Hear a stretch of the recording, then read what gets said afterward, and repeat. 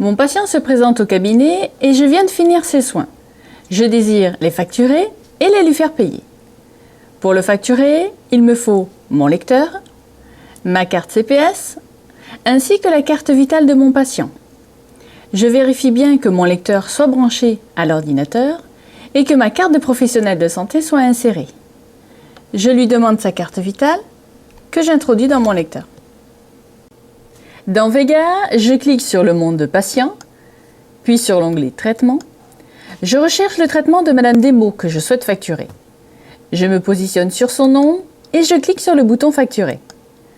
La fenêtre Choix de facturation apparaît. Elle me confirme que je vais bien effectuer la facture de Madame Desmaux.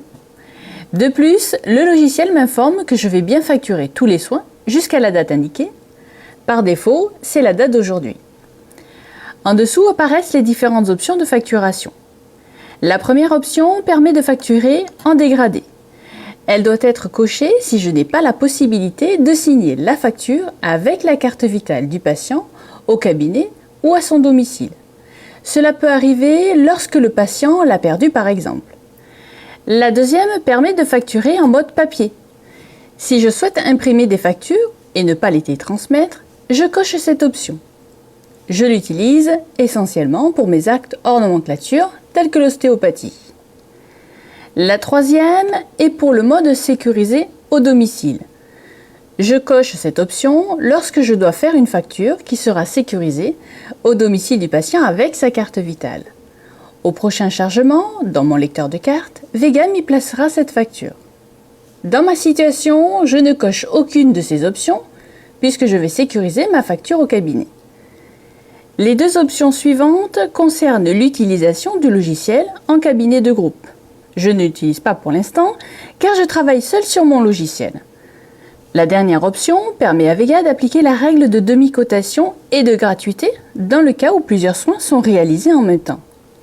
En laissant l'option active, Vega appliquera cette règle si c'est nécessaire. Je coche donc systématiquement l'option. Je clique sur le bouton Valider. La fenêtre Facturation apparaît.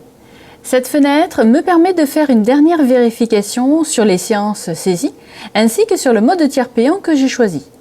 Dans le cas de Madame Desmaux, j'ai choisi de ne pas pratiquer le tiers payant. C'est bien elle qui va me régler la totalité de la facture, donc je peux cliquer sur le bouton Facturer.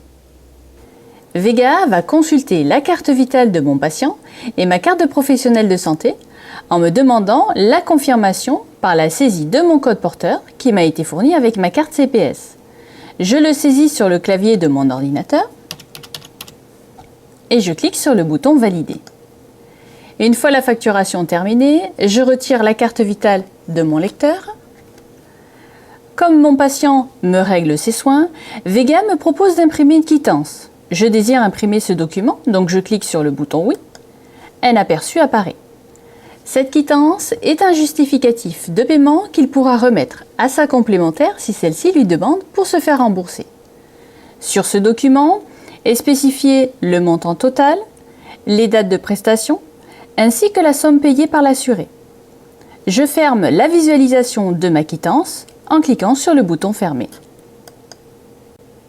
La fenêtre Nouveau paiement apparaît, car le patient me règle ses soins. Je retrouve sur cette fenêtre le montant dû par le patient, puis je choisis son mode de règlement. S'il me règle en espèces, j'encaisse le paiement. S'il me règle en chèque, je le mets en attente, car je le déposerai plus tard en banque. La facture est faite. Je retrouve dans le monde patient, sur l'onglet Traitement, dans la colonne Facturé, le nombre de séances facturées. Si je clique sur l'onglet Suivi facture, il y a bien la feuille de soins sécurisée représentée par le logo de la carte vitale. Dans mon pense-bête, Vega m'informe que cette facture est prête à partir en télétransmission grâce à l'indication Préparer les fichiers. Dans cette séquence, nous avons appris à faire une facture au cabinet. Dans le monde patient, l'onglet Traitement, je sélectionne le traitement et je clique sur le bouton Facturer. Je contrôle le tiers payant et le montant des remboursements. J'imprime la quittance. J'encaisse le règlement si le patient me paye en espèces ou je le mets en attente s'il me paye en chèque. Pour envoyer mes factures aux caisses, il me suffira de me reporter à la séquence « Je télétransmets ».